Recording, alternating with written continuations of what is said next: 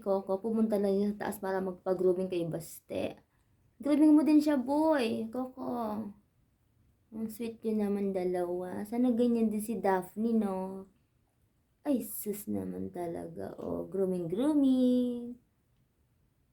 Basti, treats? You want treats, boy? Ay, parehong tumingin. They want daw treats. Tuna? Coco, hindi mo yan, papa. Kuya mo yan. Talaga nagpapag-grooming siya, oh. Grooming lang, ha. Mamaya mag-away na naman kayo, ha. Diyos ko. Grooming. Siyempre si Daphne, ayan, bagsak pa rin. Antok na antok yarn.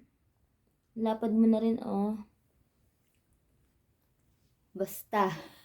Matulog lang si Daphne sa baba. Itong dalawa, grooming to. Grooming lang, ha. Baka mamaya may sumisigaw na naman, ha.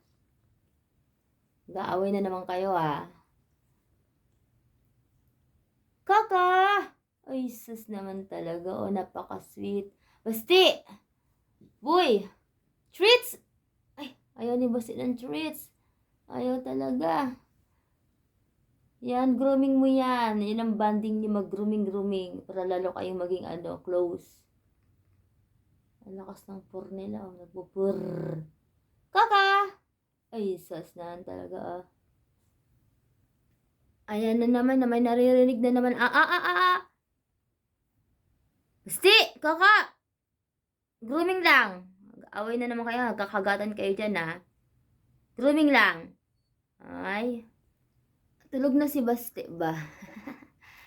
Hi! Oh, huwag mong kakagatin yung tenga, boy. Grooming mo lang, boy. Sila nag-groomingan. Si Daphne, syempre. Tulog pa rin. Tulog pa rin yan, eh. May sugat yung tenga niya. Alam, madumi na naman yung tenga mo, girl. Kalilinis ko lang yan, ha. Ano ba yan? Mamayang gabi, maglinis tayo ulit. Mabilis madumihan yung tenga nila. Nandito lang kayo sa loob ng bahay. Ano ba yan? Coco Bells.